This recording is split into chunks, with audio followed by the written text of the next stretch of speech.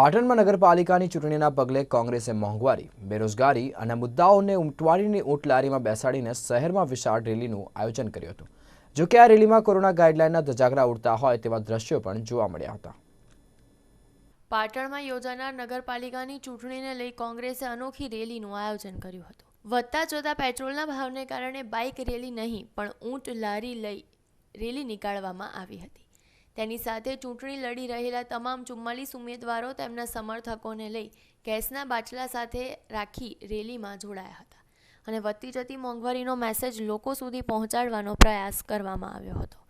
આ રેલીમાં પાટણના ધારાસભ્ય ડોક્ટર કિરીટ પટેલ પણ જોડાયા હતા અને પાટણ નગરપાલિકાની ચૂંટણીમાં 44 બેઠકોમાંથી 30 બેઠકો જીતી કોંગ્રેસ સત્તા પર બેસશે તેવી આશા વ્યક્ત કરી હતી।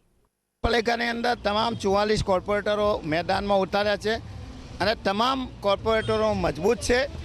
આજે તમે જોઈ રહ્યા છો કે અમે આજે એક અનોખું પ્રદર્શન કર્યું છે। ઊંટ લારીની અંદર બેસી નાના બાળકોને બેસાડ્યા છે, મહિલાઓને બેસાડ્યા છે અને અમારા 44 કોર્પોરેટરની અંદર બેઠા છે।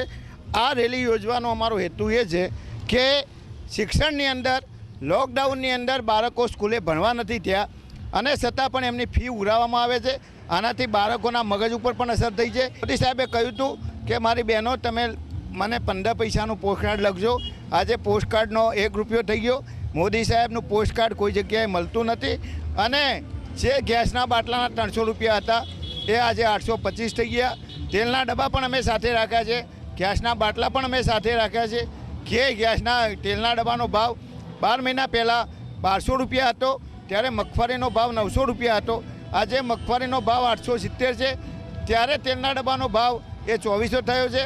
આ તમામ બાબતોને લઈને મોંઘવારી, બેરોજગાર, આની અંદર ઘણા બધા યુવાન બેરોજગારો છે। આ તમામ મુદ્દાને લઈ અને આજે અમે એક અનોખી રેલીનું આયોજન કર્યું છે। તો આ બાજુ રાજકીય પક્ષના ઉમેદવારો ચૂંટણી જીતવામાં એટલા મશગુલ બની ગયા છે કે કદાચ એ પણ ભૂલી ગયા છે કે કોરોના હજી દેશમાંથી ગયો નથી। આજ લોકો નિયમના લીરા રેર ઉડાવીને પ્રજાના આરોગ્ય સાથે ચેડા કરી રહ્યા છે, તેની પર પણ સવાલ ઉઠી રહ્યા છે। નીરવ ચક્રવર્તી, નિર્માણ ન્યૂઝ, પાટણ।